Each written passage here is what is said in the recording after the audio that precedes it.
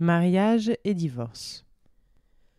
Dans toutes les études consacrées au divorce jusqu'à présent, celui-ci apparaît comme la somme des occurrences individuelles de divorce, il n'est pas défini. Sans doute parce que sa définition et sa signification sociologique sont tenues pour acquises. C'est la destruction, l'échec du mariage. Ceux-ci sont les termes des individus concernés et c'est bien, implicitement, la problématique qui est reprise par les sociologues. S'ils s'abstiennent apparemment de jugements de valeur et de termes émotionnels tels que faillite ou échec, quoique pas toujours, ils considèrent que le divorce est suffisamment défini comme la fin du mariage, son annulation ou son contraire. Beaucoup d'attention a été donnée aux causes individuelles du divorce. Certes, les sociologues ne s'attachent pas seulement aux raisons choisies par leurs acteurs ni à leurs motivations psychologiques. Ils étudient aussi des données plus objectives, caractéristiques sociales telles que degré d'éducation, origine de classe, etc. Mais dans tous les cas, l'attention est centrée sur le couple, sur l'alliance individuelle. Ce que l'on peut arriver à cerner par cette méthode, ce sont les différences, si elles existent, entre les couples et les individus divorcés et les couples et les individus non divorcés. Mais qu'est-ce que cela nous apprend sur l'institution du divorce ? Rien, évidemment, car avant de pouvoir étudier l'institution du divorce, il faudrait d'abord définir le divorce comme une institution et non utiliser ce mot comme un terme générique recouvrant une multitude d'accidents singuliers. Si l'on adoptait la même démarche pour le mariage, et c'est hélas celle qui est souvent adoptée par les sociologues au contraire des anthropologues, on chercherait, et nul doute qu'on découvrirait aussi, les différences existant entre les individus mariés et les individus non mariés. Mais pour que des individus puissent y entrer, il faut qu'une forme existe et préexiste, l'institution du mariage. Et ni les entrées, ni les sorties, ni leur étude par les sociologues ne nous renseignent sur l'institution, sur sa fonction, sur le fait même de son existence. Si le mariage est clairement une institution, ainsi en est-il du divorce. On peut constater qu'il obéit à des règles, qu'il est codifié, soumis à un contrôle, allant du contrôle social diffus au contrôle pénal. De plus, il est lié organiquement à l'institution du mariage. Dans un vieux film américain, à l'héroïne qui demande quels sont les motifs du divorce dans l'état où elle se trouve, l'homme de loi répond « être marié ». Mais plus encore qu'une condition nécessaire et suffisante selon la blague au divorce, notre point de vue est que le mariage n'est pas contredit par le divorce sur le plan institutionnel. En effet, si un divorce est la fin d'un mariage au sens d'une union particulière, il n'est nullement la fin du mariage en tant qu'institution. Il n'a pas été créé pour détruire l'image du mariage, puisqu'il ne serait pas nécessaire si le mariage n'existait pas. En ce sens, comme bien des auteurs l'ont montré, même la fréquence des divorces peut être interprétée non comme un signe que l'institution du mariage est malade, mais au contraire comme un signe qu'elle est florissante. Mais on peut aller plus loin et dire que le divorce révèle des aspects institutionnels du mariage, les met en évidence ou les met en action, alors qu'il n'était que virtuel et que l'institution du mariage est, sous un certain angle, éclairée par l'état de divorce. Inversement, on peut dire que le divorce est éclairé par le mariage. Certains aspects de l'état de mariage éclairent l'institution du divorce et surtout sont perpétués dans l'état de divorce. Mais le mariage est, comme chacun sait, une institution polyvalente ou, en termes sociologiques, multifonctionnelle. Et il faut savoir de quel aspect institutionnel et de quelle fonction on parle. Ici, on s'adresse exclusivement à l'aspect économique du mariage et pour résumer ce qu'on entend par là, on résumera brièvement la théorie qui sert d'hypothèse de départ à ce travail, puis on exposera les principales hypothèses qui en découlent. Selon cette théorie, le mariage est l'institution par laquelle un travail gratuit est extorqué à une catégorie de la population, les femmes épouses. Ce travail est gratuit car il ne donne pas lieu à un salaire mais seulement à l'entretien. Ces rapports de production particuliers, dans une société définie par la vente du travail, le salariat, et la vente des produits, ne sont pas déterminés par la nature du travail fourni. En effet, ces rapports ne sont pas limités à la production de travail ménager et d'élevage des enfants, mais s'étendent à toutes les productions effectuées par les femmes, et d'ailleurs aussi par les enfants, au sein de la famille. Production artisanale, commerciale, agricole, quand elles sont femmes d'artisans, de commerçants, de paysans. Services professionnels divers quand elles sont femmes de médecins, d'avocats, etc.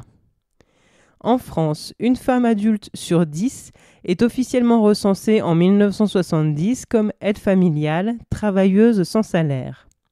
Par ailleurs, les biens et services domestiques eux-mêmes, produits par les femmes, ne sont pas différents en nature d'autres biens et services produits et consommés dans la famille, par exemple la production de nourriture pour l'autoconsommation, qui sont, à la différence du travail domestique, considérés comme productifs, pris en compte dans l'évaluation du revenu national et donc dotés de valeur.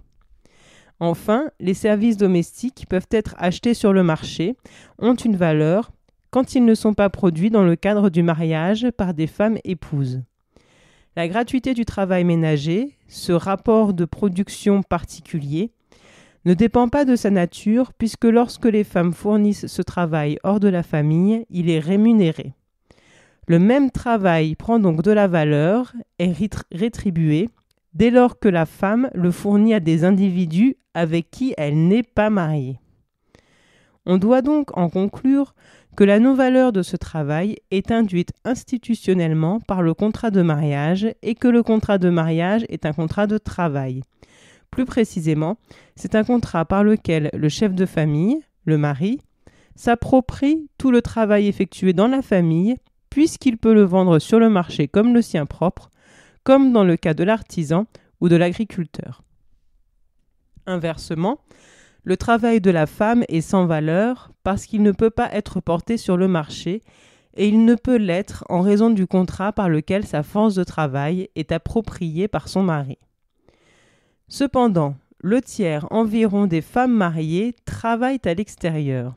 On constate que ceci va de pair avec l'extension de la production industrielle et donc du salariat et la diminution de la production familiale, artisanale ou commerciale.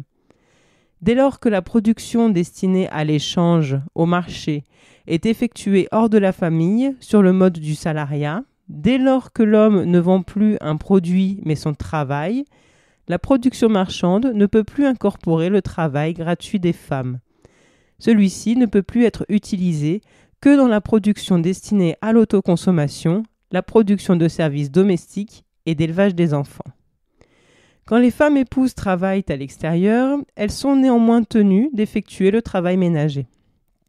Apparemment, toute leur force de travail n'est pas appropriée, puisqu'elles en divertissent une partie pour leur travail salarié. Mais, travaillant, elles s'entretiennent elles-mêmes. Si on avait pu, avec une certaine dose de mauvaise foi, considérer le contrat de mariage comme un contrat d'échange, travail ménager contre entretien, l'illusion disparaît quand les femmes épouses gagnent elles-mêmes leur vie. Le caractère gratuit du travail ménager est non pas moins, mais plus marqué encore. Cependant, il semble que l'on passe d'un mode d'appropriation à l'autre, suivant que la femme a un travail salarié ou non. Dans l'un, c'est la force de travail entière qui est appropriée, et ceci dicte la nature du travail de la femme.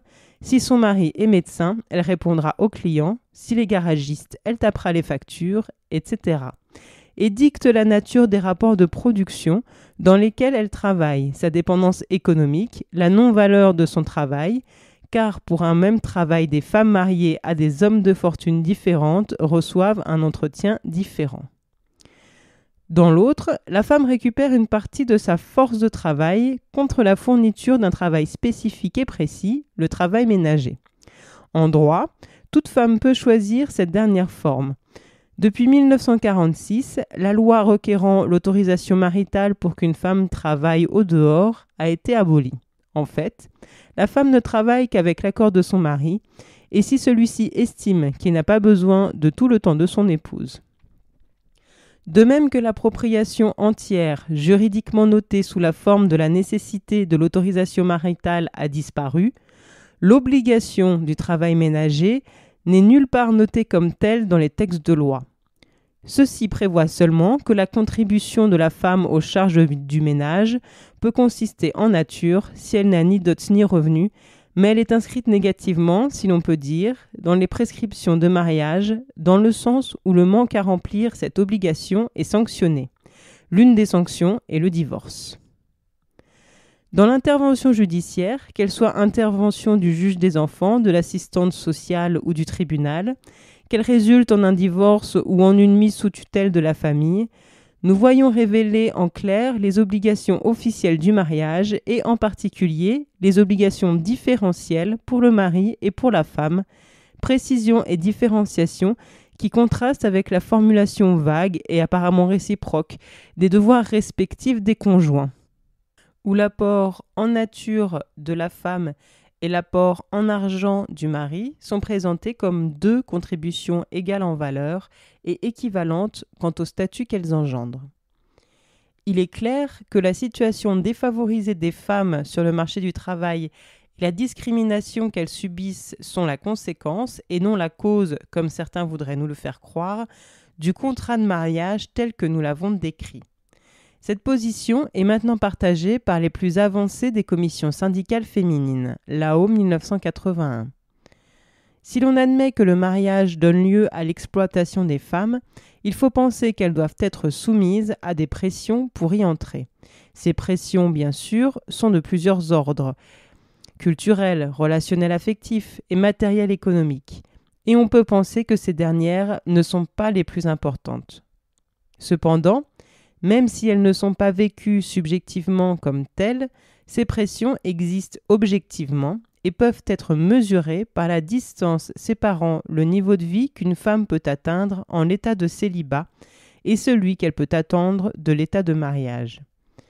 On est en face d'un paradoxe. D'une part, le mariage est le lieu institutionnel d'une exploitation pour les femmes. D'autre part, précisément en raison de cette exploitation, leur situation potentielle, celle de toutes les femmes et pas seulement celle des femmes effectivement mariées, est si mauvaise que le mariage est encore la meilleure carrière, économiquement parlant, pour elles.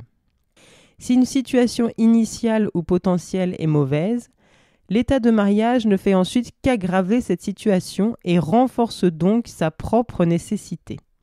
Les pressions économiques, c'est-à-dire l'écart entre le niveau de vie indépendant virtuel et le niveau de vie marié, ne font que s'accroître. Des entretiens avec des femmes de la petite et moyenne bourgeoisie le confirment. En se mariant, les femmes abandonnent souvent leurs études ou leur travail, parfois même, car ce modèle américain se répand en France, elles abandonnent leurs propres études pour financer par un travail sans avenir celle de leur mari, et arrête de travailler quand celui-ci a son diplôme. Si, rarement, elles continuent de travailler, c'est au prix de sacrifices énormes, malgré lesquels elles n'ont pas la même disponibilité pour leur travail, et en conséquence, les mêmes possibilités de promotion qu'elles auraient eues si elles n'avaient pas, en plus d'elles-mêmes, un mari et des enfants à entretenir matériellement. 10 ans après le début du mariage, celui-ci est encore plus nécessaire qu'avant, car pendant qu'elles perdent du terrain ou stagnent sur le marché du travail, le mari progresse d'autant plus qu'il n'a pas les charges du ménage. Cette exemption du travail ménager n'est pas le fait de mari particulier. Elle est générale, elle est même considérée comme la norme. La journée de travail normale est celle d'un individu exempté de la tâche de son entretien matériel. Mais pour être une norme, cette exemption n'en est pas moins rendue possible uniquement grâce à l'assomption exclusivement féminine des tâches ménagères.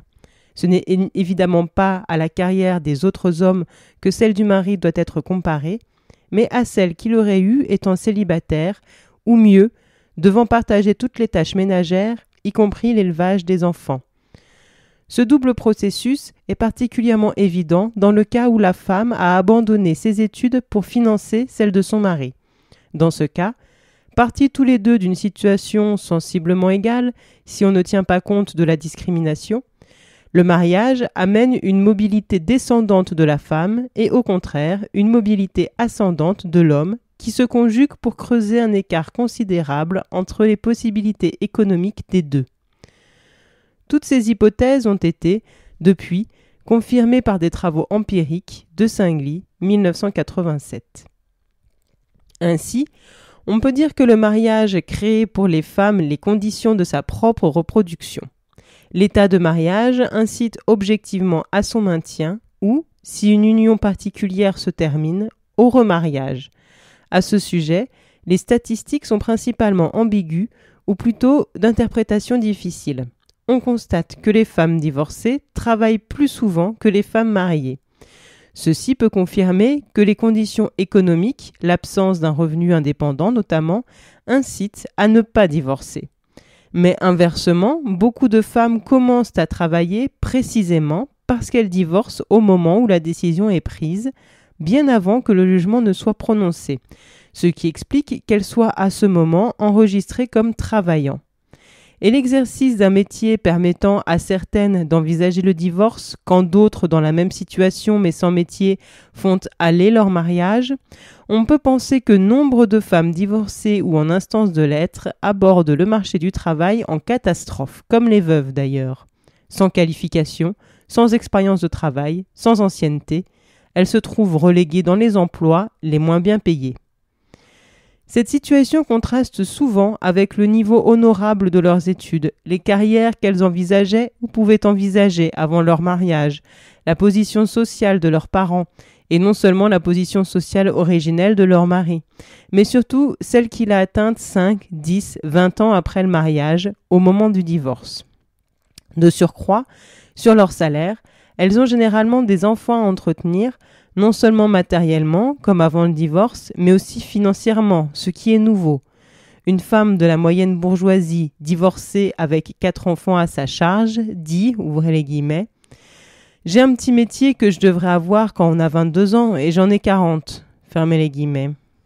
On peut penser que pour cette majorité de femmes, le contraste entre leur niveau de vie de mariage et leur niveau de vie de divorce, qui pourtant découle de leur état marié, ne fait que redoubler les pressions au mariage, en l'occurrence au remariage.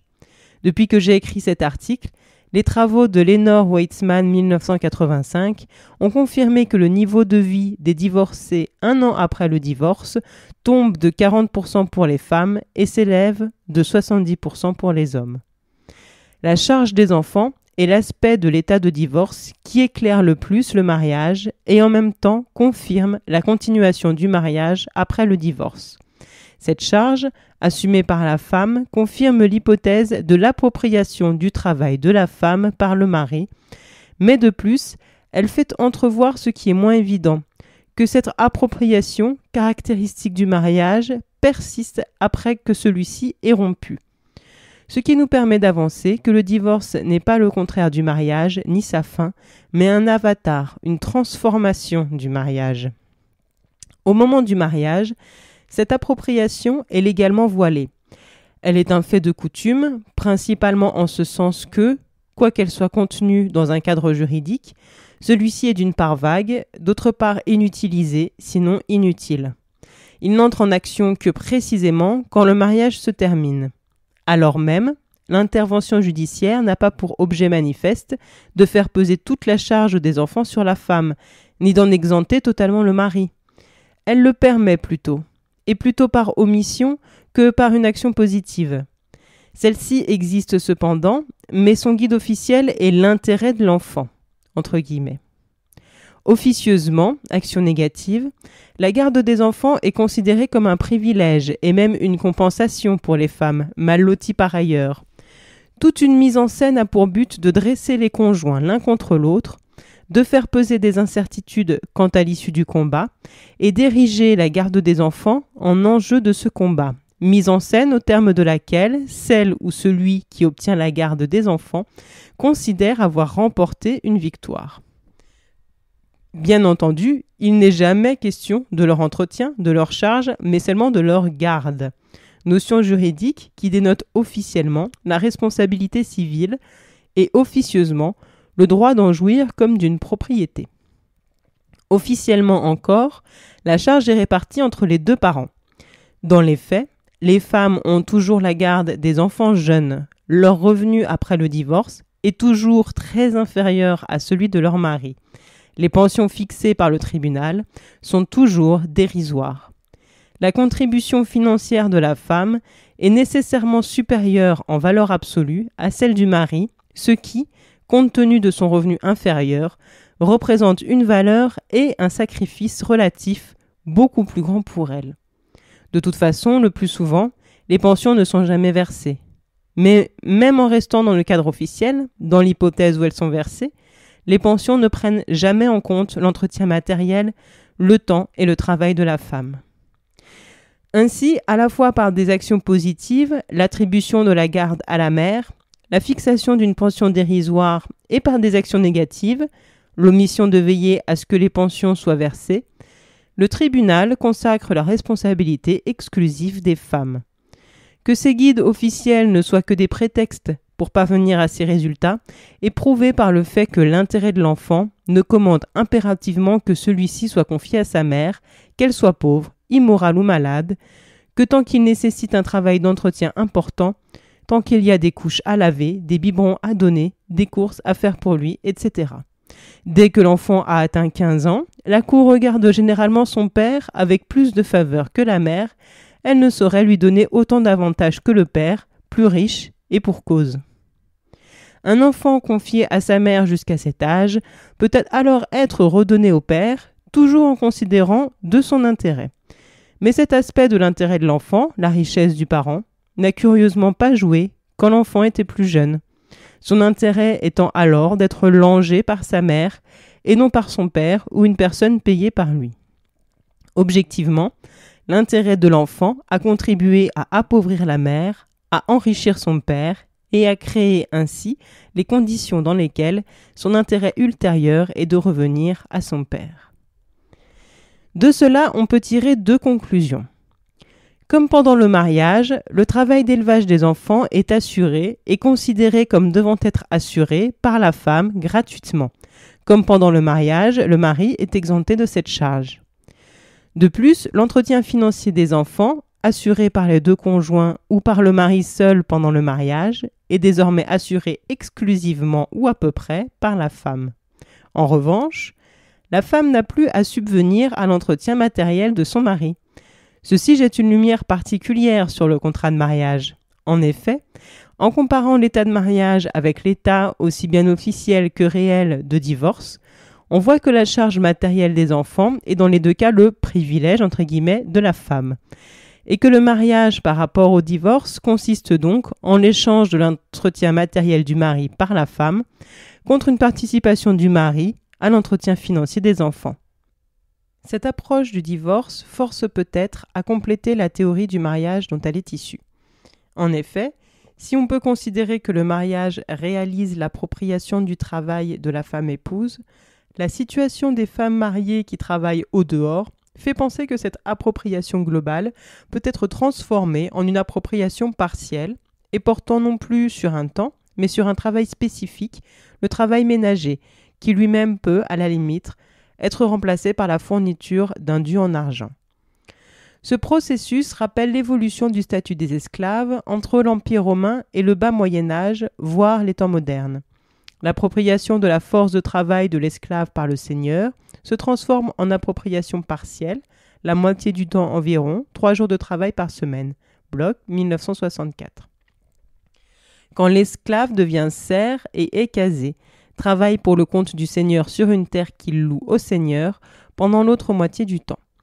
Cette dette de temps elle-même devient une obligation de travail spécifique, la corvée, qui plus tard encore peut être rachetée. Cependant, cette formulation est peut-être fausse dans la mesure où, à cette appropriation partielle, devrait correspondre une récupération partielle par la femme de sa force de travail. Or, elle paie la liberté de travailler au dehors, d'avoir un revenu indépendant, du prix d'une double journée.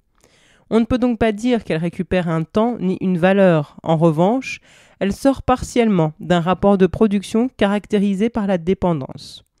D'autre part, si le mariage en tant qu'état est bien caractérisé et distingué du divorce par ce contrat d'appropriation, mariage et divorce peuvent être considérés comme deux moyens d'aboutir au même résultat, attribuer collectivement la charge des enfants aux femmes et en exempter collectivement les hommes.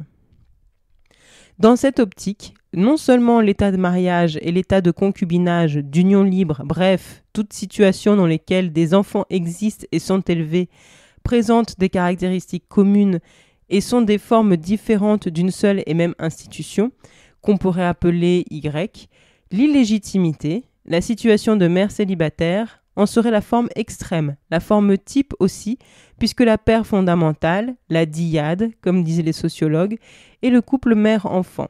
Le mariage serait une des formes de Y, forme dans laquelle à cette paire et à cette relation fondamentale est ajouté pendant le mariage un homme qui temporairement participe à l'entretien financier de l'enfant et en retour s'approprie la force de travail de la femme. Cette vue rejoindrait celle des anthropologues qui, critiquant Murdoch 1949, trouvent que la famille définie comme un trio et à partir du couple des parents considérés comme dyade de base n'est pas universelle, alors que l'association mère-enfant l'est et apporterait un élément nouveau à l'étude des sociétés occidentales où il est généralement tenu pour acquis que la famille est patrifocale. Élément nouveau mais non contradictoire, car si la famille en tant que lieu de production des enfants peut être envisagée comme matrifocale, même dans nos sociétés, il n'en reste pas moins qu'en tant qu'unité de production économique pour le marché ou pour l'autoconsommation, elle est bien définie, comme au temps des Romains, comme l'ensemble des parents et serviteurs qui donnent un travail à un chef, un père. En allant plus loin, l'état de mariage avec enfant apparaît comme la conjonction, le point de rencontre de deux institutions. D'une part, l'institution de la responsabilité exclusive des femmes vis-à-vis des enfants. D'autre part, l'institution de l'appropriation de la force de travail de la femme par le mari. En effet, si on considère seulement le mariage, on peut avoir l'impression que la charge des enfants, leur entretien, qui ne se distingue pas de l'entretien matériel du mari par la femme, qui est effectué sur le même mode, celui de la fourniture gratuite de travail contre l'entretien financier, participe et découle de l'appropriation de la force de travail par le mari. Tant qu'il existe deux parents, on peut postuler que les enfants, comme la règle juridique l'impose, sont leur propriété, leur jouissance et leur responsabilité commune. Dans ce cas, dans le mariage, la moitié du travail d'entretien des enfants est appropriée par le mari-père et continue de l'être après le divorce. Mais les enfants n'ont pas toujours deux propriétaires. En l'absence de père, leur entretien par la mère, ou même la moitié de cet entretien, ne bénéficie plus de toute évidence à un homme en particulier. D'ailleurs, même dans le mariage ou le divorce, on peut douter que les parents soient les seuls, à l'exclusion de la société dans son ensemble, bénéficiaires des enfants, et en conséquence, qu'il faille considérer le mari-père comme le seul bénéficiaire de la moitié du travail d'entretien des enfants, et puisqu'il ne l'accomplit pas, comme le seul appropriateur du travail de sa femme. Dès lors, il faut considérer l'élevage des enfants séparément du travail familial, ménager ou non, de la femme, et traiter la responsabilité exclusive des femmes vis-à-vis des enfants comme une institution relativement autonome par rapport au mariage. Dans cette optique, les liens entre le mariage et le divorce apparaissent légèrement différents de ce qu'il en avait été dit au début. En effet, l'appropriation du travail de la femme par le mari cesse en partie seulement ou totalement, selon que l'on considère qu'il reste bénéficiaire des enfants et de leur entretien ou non, dès lors que le mariage prend fin.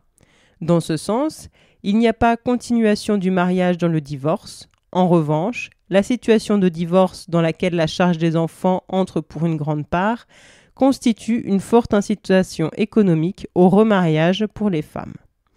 Quand il y a des enfants, leur charge matérielle continue après le divorce de peser exclusivement sur les femmes et elle est redoublée par la charge financière.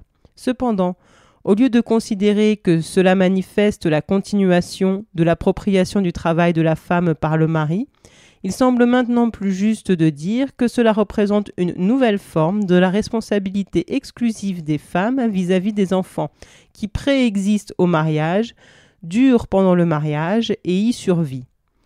Cette responsabilité peut être définie comme l'exploitation collective des femmes par les hommes et corrélativement l'exemption collective des hommes de l'élevage des enfants. Sur cette appropriation collective se greffe l'appropriation individuelle du travail d'une femme par son mari. La première provoque la seconde, ou les conditions de la seconde incitent au mariage, puisque le mari, s'il s'approprie la force de travail de sa femme, participe en revanche à son entretien financier et à celui des enfants, et allège, entre guillemets, ainsi, le fardeau de la femme, ou endosse en partie une responsabilité dont il est socialement, dans l'hypothèse de l'exemption collective des hommes, exempté. Ou, en d'autres termes, son exemption institutionnelle lui permet d'exiger contre sa participation à l'entretien financier des enfants la totalité de la force de travail de sa femme. De ce qui précède, il devrait être clair à ce point que l'expression père fondamental, entre guillemets, donc père P-A-I-R-E, père fondamental employé à propos du couple mère-enfant, ne désigne pas d'abord une association d'individus, mais essentiellement un système de rôles et d'obligations, une formation sociale. De surcroît, cette formation sociale est le résultat empirique, en termes d'association d'individus physiques, d'une structure d'exploitation, le système politique patriarcal.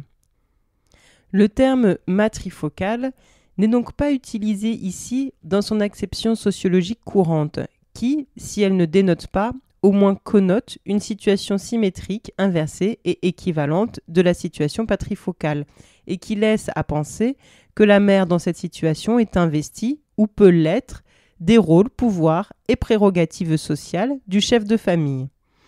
Au contraire, loin de s'opposer, de répondre à, de contrebalancer la structure patrifocale, la matrifocalité en est un des volets, en est une partie intégrante. Elle n'est pas seulement une autre forme collective cette fois de l'exploitation des femmes. Elle n'est pas une forme alternative à la forme patriarcale patrifocale. Elle va de pair avec celle-ci. Elle en est une condition. En effet, on a vu qu'on ne pouvait comprendre le mariage et l'exploitation qui s'y déroulent sans prendre en compte la responsabilité exclusive des femmes vis-à-vis des enfants.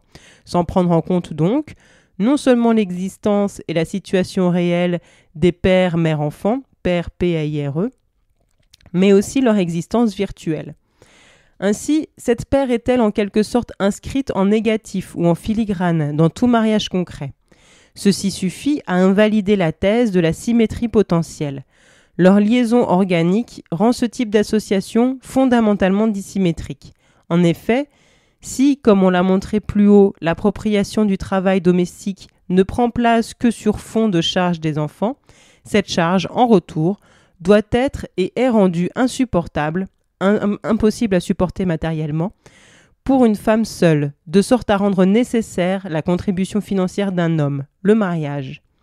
L'association mère-enfant ne constitue donc pas une famille ou un type de famille, mais, dans sa virtualité, une condition et dans sa réalité, une des modalités de la seule famille, la famille patriarcale, patrifocale. La misère qui accable les pères concrètes mère-enfant n'est pas un accident remédiable ou une injustice réparable. Elle est nécessaire, organisée, inévitable et constitutive du système. L'existence de ces pères est inséparable de leurs conditions misérables, de même qu'elles doivent exister, virtuellement et réellement, pour permettre l'exploitation dans le mariage, elles doivent être misérables pour alimenter celui-ci.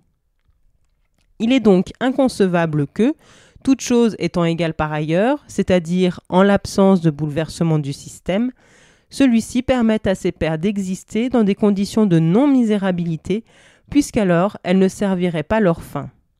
Enfin, cet essai montre, ou tente de montrer, que non seulement le couple conjugal, mais aussi le couple mère-enfant, représenté par l'idéologie dominante comme des associations pré-sociales, apolitiques, biologiques entre guillemets, naturelles entre guillemets, sont tous deux des associations fondées sur et réalisant des exploitations inextricablement reliées.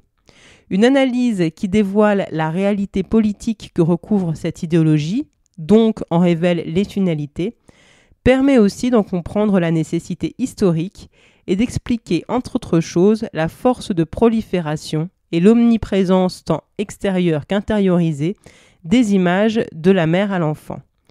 Elle devrait aussi permettre de mieux démasquer toutes les tentatives de rapiessage, de rhabillage de cette idéologie, et d'en mieux déjouer les pièges tendus autant et plus par les nostalgies et culpabilités engendrées par l'intériorisation de l'obligation que par la propagande extérieure.